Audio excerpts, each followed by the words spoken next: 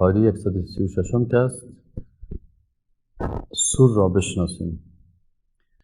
سور در لغت به معنای دمیدن و در اصطلاح شاخ بزرگ است که آن را اسرافیل علیه السلام گرفته و منتظر است که چه وقت برای دماندن آن امر شود. سور اسرافیل میگن.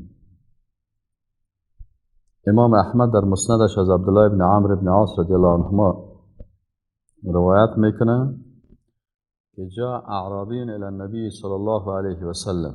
یک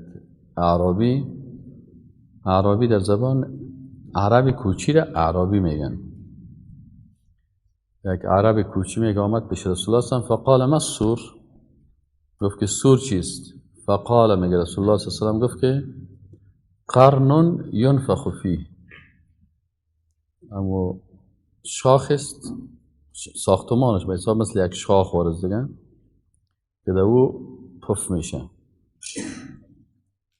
علامه ابن ابی العز حنفی رحمه الله در کتابش به نام شرح عقیده طحاویه میگه که الله سبحانه و تعالی 3 نفر از ملائکه را به امور حیاتی موظف کرده است. جبریل علیه السلام موظف وحی است که سبب حیات قلبها می باشد. جبریل علیه السلام موظف وحی است که سبب حیات قلب هاست. میکائیل علیه السلام به باران وظیفه داده شده است که سبب حیات بدن هاست. و اسرافیل علیه السلام موظف به نفخ صور است که سبب حیات بشریت و برگشت ارواح به جسدهایشان می باشد.